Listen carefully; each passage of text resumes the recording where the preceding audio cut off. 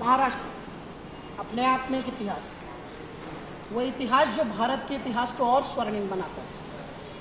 उसी स्वर्णिम इतिहास की गाथा गाता ये शहर कल्याण, और उस शहर के इतिहास का केंद्र आज भी बना हुआ ये सूबेदारवाड़ा। सूबेदारवाड़ा जिसकी हर ईंट पेशवाई इतिहास के गौरव की गाथा गाती है, और जिसकी हर दीवार लोकनायक लोकमान्य तिलक के एकता के संदेश को अपने अंदर समेटे हुए। उसी इतिहास से मिलाने के लिए मैं अमन पयासी आपका नव भारत समाचार पर स्वागत करता हूँ।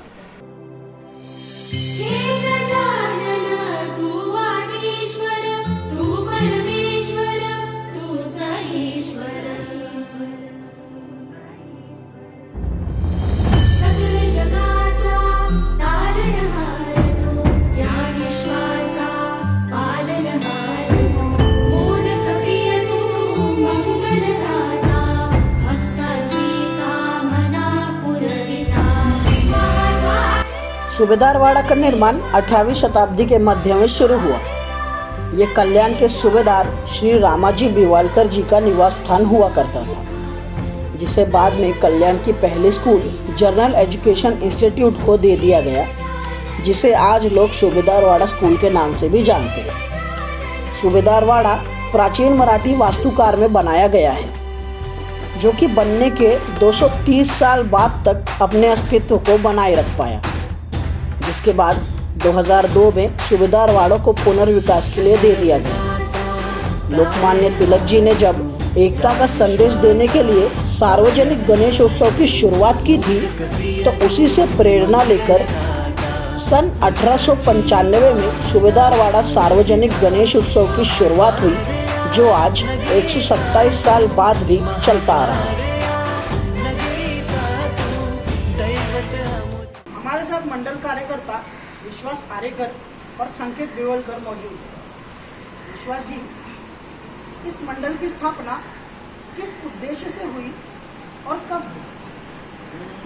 स्थापना जो हुई सार्वजनिक गणेश उत्सव जो हुआ वो 1895 में, और तब से अब तक 127 साल चलते आ रहा है।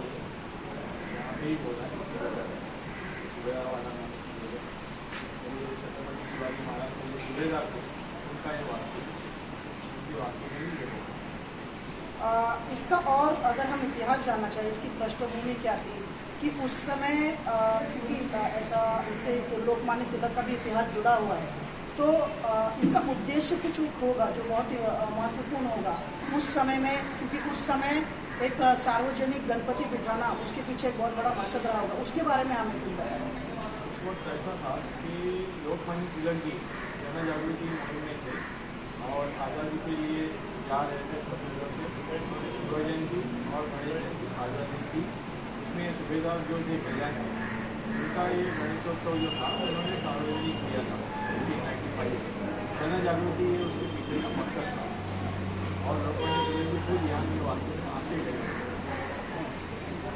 इसकी स्थापना हुई 127 साल पूरे हो गए हैं। ये 127 साल लगातार सार्वजनिक गणेशोत्सव करना ये कितना कठिन रहा और कितनी परेशानी आई, या फिर हर वक्त ऐसा हुआ कि बाप्पा का साथ रहा और आराम से हो गया, फिर कभी कठिनाई भी आई? ये दोनों का मिला कठिनाई तो आती रहती है, लेकिन यहाँ पे कैसा है हर 2 साल में मंडल चेंज होता है। कल्याण की जो सभी नागरिकों को यहाँ मौका मिलना है यहाँ आके गणेशोत्सव सेलिब्रेट करते हैं। तो 2 साल में अलग अलग ग्रुप यहाँ पे अप्रोच करते हैं कि मंडल लेना, तो उनको दिया जाता है। उनकी तरफ से ये जो उत्सव है 127 साल चलते आ रहा है, तो उसमें हम क्या करते हैं 2 साल बाद जो ऑर्गेनाइजेशन बदलते रहते हैं उनके हिसाब से वो अपनी तरह से 127 साल में एक पहली बार मतलब 1920 में जब प्लेग का ये आया भारत में, उस वक्त थोड़ी दिक्कत हुई थी। उसके बाद में वो एक अगर छोड़े तो अभी ये कोरोना की वजह से थोड़ा दिक्कत हुई, बाकी 127 साल मेरा एक प्रश्न इसी से जुड़ा हुआ है कि आप लोग बिल्कुल जाहिर है कि बहुत पहले से यहाँ से जुड़े हुए हैं, बहुत पहले से सूबेदारवाड़ा को देखते आ रहे हैं, तो कोरोना काल और प्री कोरोना काल इन दोनों में आप क्या फ़र्क पाते हैं? क्या श्रद्धालुओं की भावना में क्या फ़र्क पाते हैं? श्रद्धालुओं की भावना तो वैसे भी वैसे ही है, सिर्फ जो अपने गवर्नमेंट के रूल्स है माहौल है बिजनेस का, वो हिसाब से यहाँ पे आना लोगों का थोड़ा कम हो गया था पिछले साल, लेकिन उसके बाद में इस साल ज़्यादा बढ़ा है। जैसे कि एक श्रद्धालु आ भी रहे हैं और जो डोनेशन थे वो भी आ रहे हैं, वो भी रहे हैं। और जो हमारे फेस्टिवल में 10 दिन प्रोग्राम होते थे, जैसे कि क्लासिकल सिंगिंग है या इंटरव्यूज है, वो ये 2 साल हम लोग नहीं कर पाए। तो ये गवर्नमेंट के रूल्स को हमको फॉलो करना। इसी से जुड़ा हुआ एक सवाल है कि कल्याण के श्रद्धालुओं के लिए कितना महत्वपूर्ण है सुबेदार वाड़ा? श्रद्धालुओं का एक मानना है कि यहाँ आके अगर वो कुछ दर्शन लेते हैं तो पूरा साल उनका अच्छा जाता है, क्योंकि हर साल आने वाले श्रद्धालुओं की बोलो और जनरेशन टू जनरेशन, मतलब अगर किसी के दादाजी आते थे उनके बाद उसका पोता भी आ रहा है, क्योंकि उनके मन में ये विश्वास है यहाँ पे आके दर्शन लेंगे तो पूरा साल अपना चल जाएगा। ऐसे भी भक्त और श्रद्धालु हैं। संकेत जी, इस बार का अगर हम जो सजावट है वो देखें तो आपने इस बार एक अलग संदेश देने की कोशिश की है, तो इस संदेश के बारे में बताइए।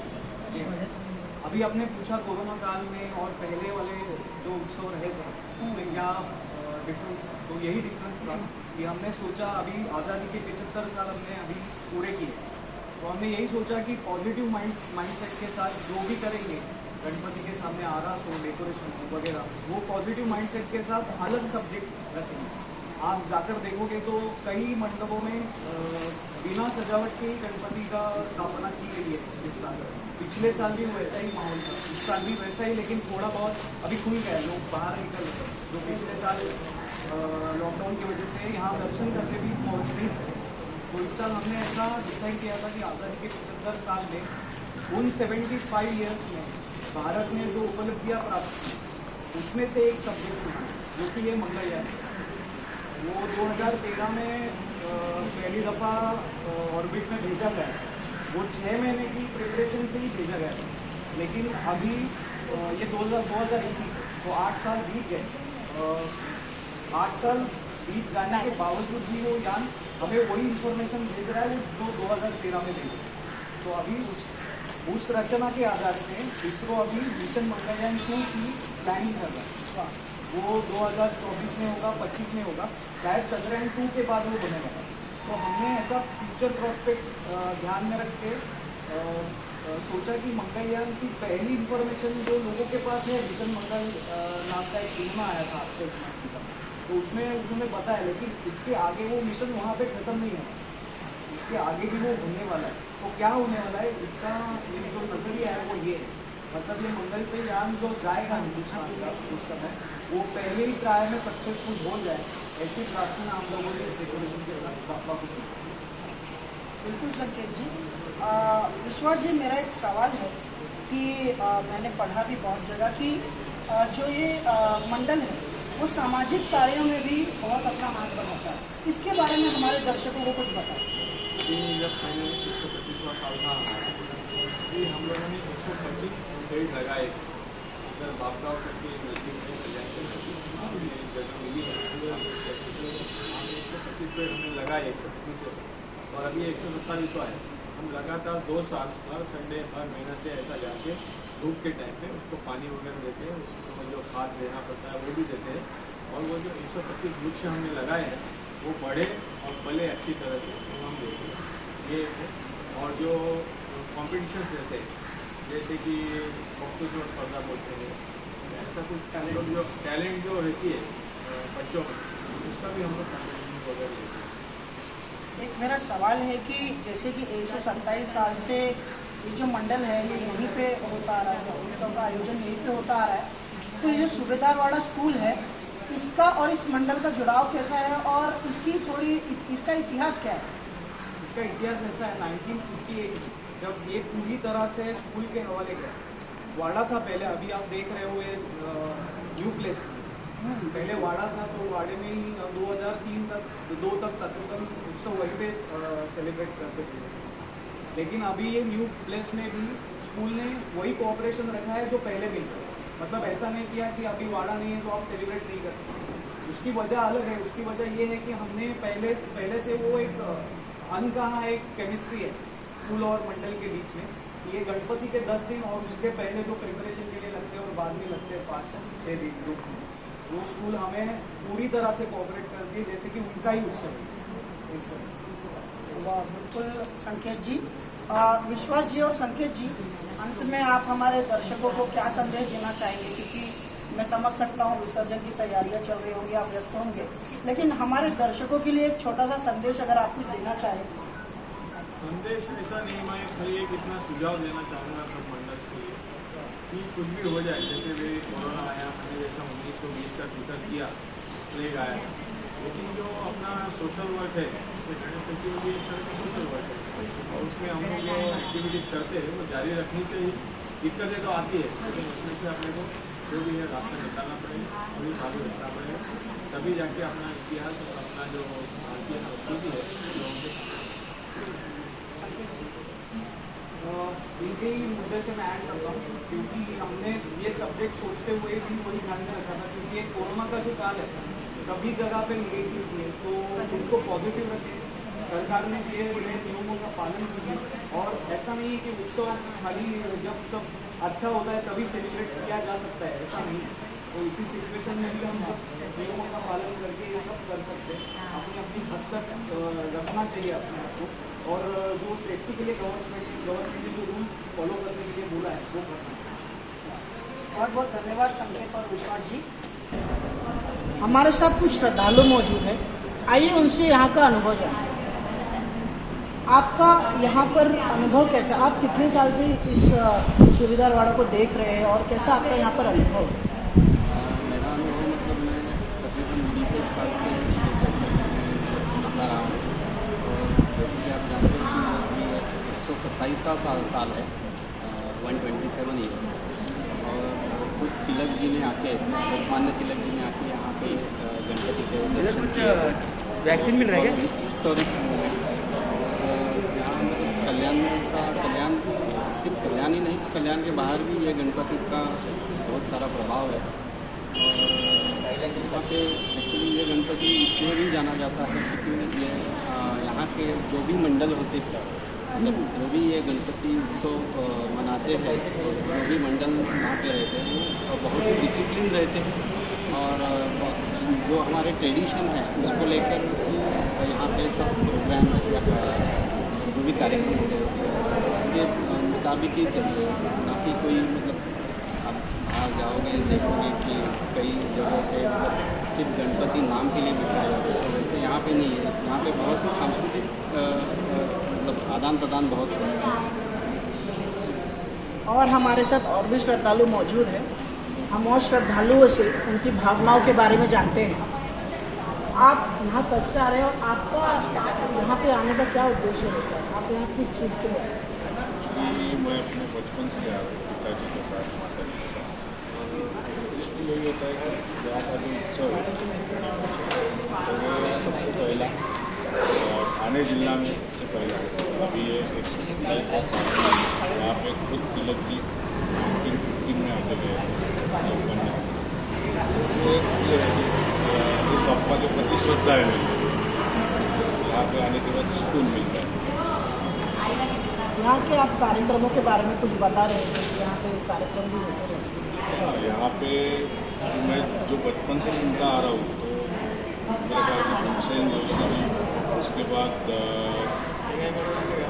आनंद घाटे जी, उसके बाद और कई बहुत सारे कलाकार हैं जिनके कार्यक्रम चालू हुए, जैसे कि रीमा लाल, विनय अपने दिग्गज कलाकार है मराठी, उनके भी कार्यक्रम यहाँ पर हुए। सब प्रोग्राम बहुत अच्छे रहते हैं। और यहाँ की खासियत ये है कि यहाँ पे जो कार्यक्रम करके जाता है उसका नाम हमेशा याद रखते हैं कि मैंने यहाँ पे अपना कार्यक्रम पेश किया। और यहाँ पे जो प्रेक्षक जो रहते हैं वो भी एकदम मतलब उनका रिस्पॉन्स एकदम मतलब वो कार्यक्रम का एकदम अच्छा ही होता है, उसकी वजह से वो भी खुश हो जाते हैं। बहुत धन्यवाद। ये थी सूबेदार वाड़े के श्रद्धालुओं की भावनाएं। हमारे साथ और श्रद्धालुगण मौजूद है। आपको यहाँ आने में सबसे ज़्यादा आनंद किसमें मिलता है और आप कितने साल से यहाँ आए हैं? मेरी शादी होने के बाद मेरे हस्बैंड यहाँ यहीं पे रहने वाले हैं और यही स्कूल में पढ़े हैं, तो उनकी श्रद्धा इस गणपति से काफ़ी जुड़ी हुई है, तो उनके साथ मैं भी यहाँ आने लगी। और यहाँ पर जो पूजा अर्चा होती है और कई अच्छे अच्छे प्रोग्राम्स होते हैं, तो हमारा भी लगा इसमें भी भगवान के साथ जुड़ गया है। और यहाँ जो प्रोग्राम्स होते हैं, यहाँ सब इकट्ठा होकर जो काम करते हैं, तो ये सब देख के और श्रद्धा बढ़ गई है उस भगवान के प्रति। और पूजा वगैरह जो रहती है, आरती रहती है, तो उसमें काफ़ी अच्छा लगता है, मन को शांति मिलती है इस मंदिर में आके यहाँ बैठने से। ये तो हमारी श्रद्धालुओं की भावना है। हे गजानन तू आदिश्वर, तू परमेश्वर, तूच ईश्वर,